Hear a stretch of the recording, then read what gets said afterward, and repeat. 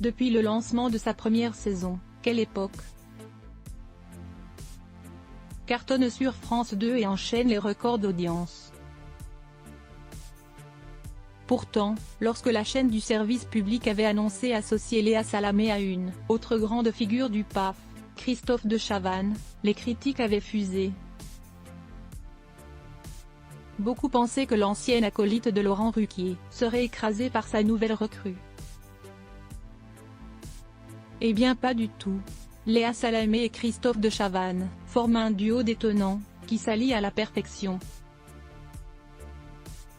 Samedi 18 mars 2023 au lancement du 21e épisode du programme, Léa Salamé et Christophe de Chavannes n'ont cessé de se faire des compliments. Arrivés très lookés, dans un pantalon en cuir noir associé à des escarpins verts, un t-shirt imprimé léopard et de jolies boucles d'oreilles dorées, la compagne de Raphaël Glucksmann a tout de suite remarqué que son compère avait sorti la veste en velours cette fois-ci.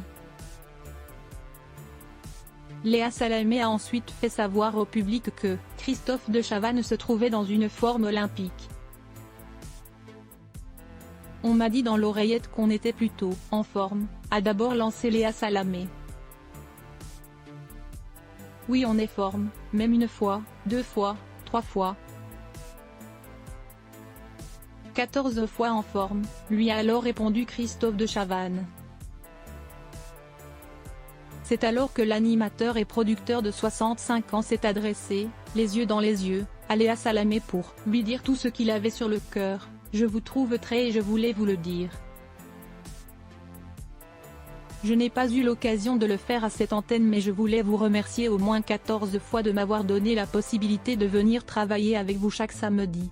Face à tant de compliments, Léa Salamé a eu bien du mal à ne pas être gênée, détournant le regard pour ne pas montrer son émotion face aux mots très touchants de Christophe de Chavannes. C'est moi qui suis chanceuse, a alors répondu la maman de Gabriel.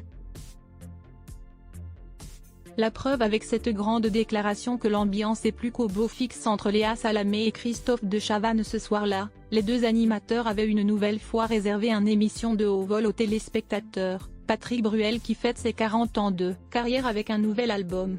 Encore une fois, Michel Denisot en pleine promotion de son nouveau livre On peut rire de tout sauf en mangeant de la semoule ou encore Pierre Lescure qui anime tous les dimanches soirs Beaux gestes sur France 2.